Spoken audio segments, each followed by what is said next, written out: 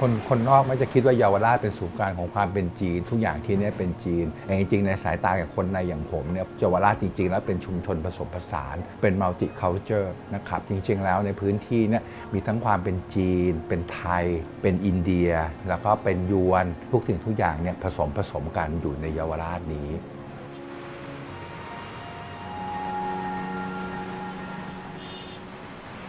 จริงๆสะท้อนให้เห็นความเป็นมัลติคัลเจอร์ความผสมผสานทางวัฒนธรรมเนี่ยชัดๆก็คือเรื่องเครื่องดื่มอย่างคนจีนจริงๆแล้วเนี่ยในวิถีชีวิตเนี่ยเราก็จะดื่มชามากกว่าเราดื่มกันแทนน้ำเปล่าดังนั้นเนี่ยการเข้ามาของกาแฟเนี่ยเป็นวิถีชีวิตแบบใหม่ซึ่งเข้ามาอยู่ในสังคมจีนที่นี่จริงๆแล้วร้านกาแฟไม่ใช่วัฒนธรรมของจีนตั้งแต่นานมาแล้วเนี่ยก็มีกาแฟเข้ามาแล้วในวิถีชีวิตของคนเยาวราชอาจจะเป็นเพราะว่าเป็นเรื่องของการที่แบบที่บอกว่ามันมีมัลติคัลเจอร์มันมีความผสมผสานกันแล้วการเข้ามาของกาแฟพวกนี้นะครับก็เข้ามาด้วยรูปแบบของกาแฟแบบจีนกาแฟแบบจีนๆเป็นไงอะคะหมายความว่าเราอาจจะกินใส่น้ำแข็งกินใส่นมข้นนะครับเราอาจจะไม่เหมือนแบบฝรั่งที่ว่ากินใส่นมสดปัจจุบันนี้เราจะพบว่าเด็กรุ่นใหม่เนี่ยชอบดื่มกาแฟแต่กาแฟที่เด็กปัจจุบันดื่มเนี่ยกับกาแฟที่คนรุ่นก่อนดื่มเนี่ยจะไม่ค่อยเหมือนกันตั้งแต่กระบวนการชงละนะครับเราก็ชงด้วยระบบแบบใช้ถุงผ้าชงแล้วเด็กรุ่นใหม่ก็จะนิยามกาแฟแบบนี้ว่ากาแฟโบราณกาแฟเนี่ยในวิถีชีวิตแล้วเนี่ยมันนอกจากจะเป็นเครื่องดื่มที่เกิดขึ้นมาในช่วงหลังแล้วมาเสริมจากชานะครับสิ่งหนึ่งที่แตกต่างกันก็คือการเป็นที่ชุมนุมของคนเป็นกลุ่มใหญ่เมื่อก่อนในบริเวณร้านกาแฟเท่านี้เช้าเนี่ยจะมีคนนั่งอยู่เต็มร้านเลยแล้วเราก็จะทำงานได้หลายๆอย่างเช่นผู้คนเวลาคนไม่มีงานหรือว่าคนต้องการมาหางานจะเป็นพวกรับเหมาก่อสร้างต่อเติมอะไรเนี่ยคุณจะซ่อมบ้านคุณจะซ่อมไฟหรือว่าคุณจะจัดงานคุณต้องการทำกับมีอาหารเลี้ยงคนที่นั่งอยู่ร้านกาแฟเนี่ยส่วนมากก็จะประกอบอาชีพเหล่านี้ส่วนหนึ่งเขาก็มาหางานอย่างเช่นกรณีร้านอาหารเวลามีการทำโต๊ะเลี้ยงจะต้องทำโต๊ะนะต้องการคนช่วย4-5 คนเขาก็จะมาหาคนที่นี่จริงๆแล้วมันก็เหมือนกับศูนย์กลางของชุมชนสำหรับการจัดหางานต่างๆนะครับ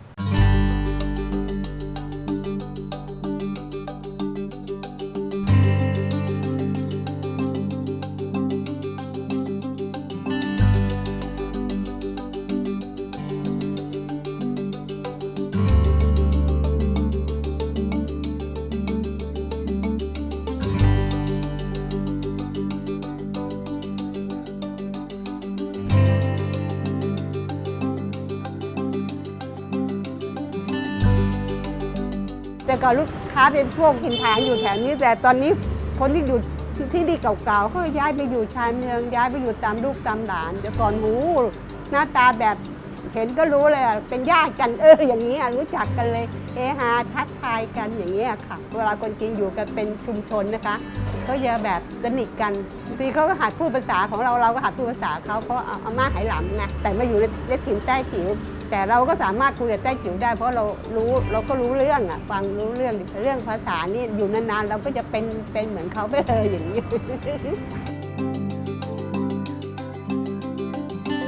สงครามตอนเกิดขึ้นนี่พ่อก็ขายมาก่อนแล้วพอสงครามไม่ลงลูกระเบิดไม่ลงพวกเราก็กลับมาทำมาหากินเหมือนเดิมไม่มีอะไรปกติค่ะเพราะว่าตอนนั้นมันใกล้ตลาดมันคึกคักนะคะกาแฟถ้วยละบาทก็ที่ตามป้ายเนี่ยถ้วยละบาทโอยุ40 สตางค์อะไรอย่างนี้ตอนนั้นโอ้โหขายดีมากเลย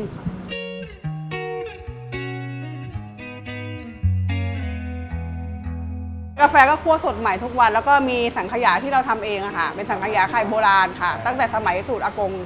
กาแฟแบบโบราณดั้งเดิมแล้วก็ยังรสชาติเหมือนเดิมไม่ได้เปลี่ยนแปลงอะค่ะ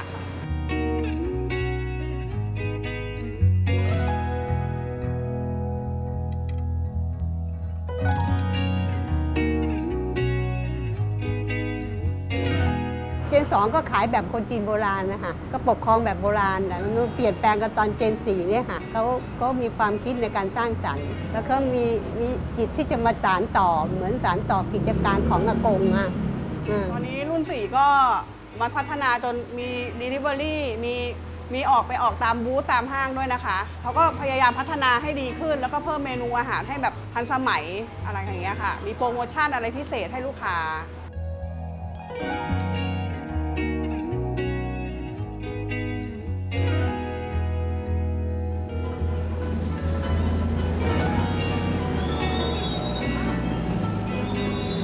จ ริงๆในความสัมพันธ์เรื่องอาหารกับเยาวราชนะครับสิ่งสำคัญอันหนึ่งก็คือว่าตัวคนจีนเองผมว่าให้ความสำคัญกับเรื่องอาหารพูดอย่างง่ายๆก็คือว่ามันเป็นความสุขเดียวที่เราเสพได้เข้าใจก่อนว่าคนจีนมาอยู่ที่นี่จริงๆแล้วเขาไม่ได้ตั้งใจอพยพตั้งใจมาทำงานแล้วก็ส่งเงินกลับบ้านนะครับพอดีเกิดการเปลี่ยนแปลงการปกครองก็ทำให้กลับบ้านไม่ได้งั้นวิถีชีวิตที่เนี่ยเขาก็จะกินอยู่อย่างประหยัดอยู่ก็ไม่กล้าซื้อบ้านหวังว่าไม่ได้อยู่ถาวรกะว่าคงจะกลับไปวันหนึ่งทีนี้พอเวลากินเนี่ยก็จะกินอย่างเท่าที่ตัวเองจะกินได้ประหยัดที่สุดเท่าที่จะทำได้เราจะฟังเรื่องราวของเอากรวดไปคั่วเกลือ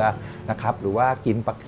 นแต่กับข้าวเค็มๆกินปลาเค็มอาหารจีนเนี่ยกับข้าวเนี่ยจะมีแต่ของหมักดองถ้าเราพร้อมใจจะกินเมื่อไหร่เราตั้งใจละเราต้องไปหาร้านดีๆกินต้องกินอย่างที่เราอยากกินเต็มที่ในเมื่อเรื่องอยู่ไม่ได้เรื่องกินเราก็เลยให้น้ำหนักนั่นเป็นเหตุที่บอกว่าเวลามาเยาวราชคนจีนดั้งเดิมเนี่ยไม่เข้าแถวรอไม่ได้หมายความว่าจะแซงคิวก็จะหาร้านดีๆอาหารดีๆกินเป็นหลักครับ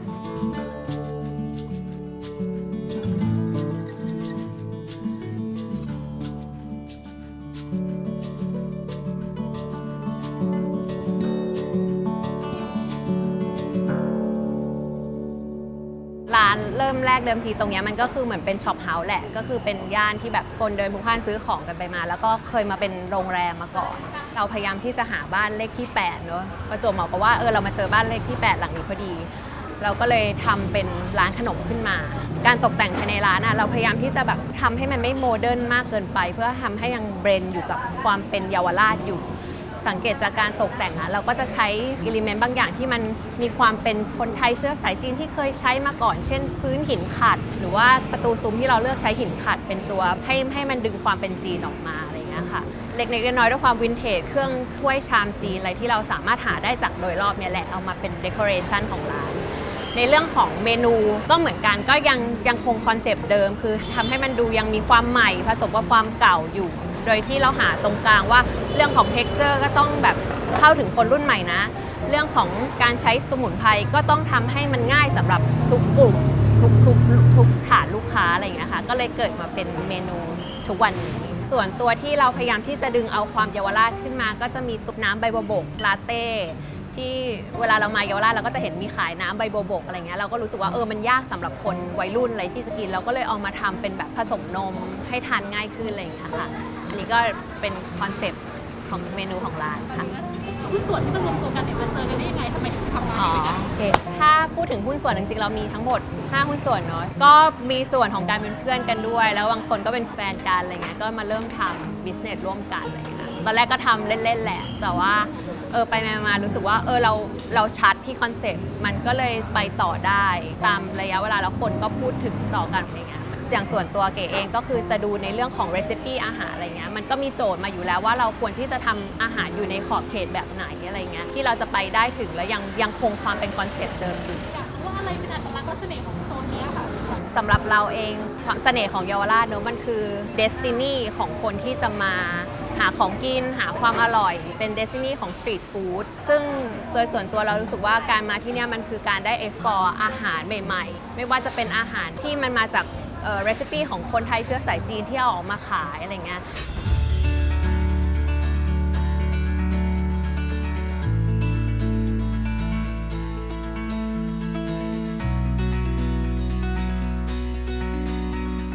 อยากจะบอกว่าเยาวราชเป็นเมืองที่ไม่เคยหลับนะครับเป็นเมืองที่เปิด 24 ชั่วโมงหมายความว่าในช่วงกลางวันกิจการธุรกิจปกติและกิจการต่างๆก็จะดำเนินวิถีชีวิตไปนะครับการค้าสำคัญเช่นตอนเช้า 9 โมงร้านทองก็เปิดละการค้าทั่วไปการค้าส่งต่างๆที่อยู่ในสำเพ็งเนี่ยนะครับหรือเวรข้างเคียงเนี่ยก็จะเปิดตั้งแต่เวลานี้ประมาณ 8-9 โมงพอ 5 โมงเย็นทุกคนก็เก็บเมื่อร้านค้าทั่วไปเก็บพอเวลาตกเริ่มเป็นค่ำละช่วงกลางคืนปุ๊บบริเวณนี้ก็จะเปลี่ยนรูปจากร้านค้าทั่วไปเนี่ยกลายเป็นสตรีทฟู้ดกลายเป็นร้านอาหารต่างๆก็จะขึ้นมาพอทำอย่างนี้ไปจนกระทั่งถึงดึกใช่ไหมครับก็จะมีตลาดกลางคืนนะครับเริ่มขึ้นเมื่อเที่ยงคืนจนไปถึงเวลาเช้า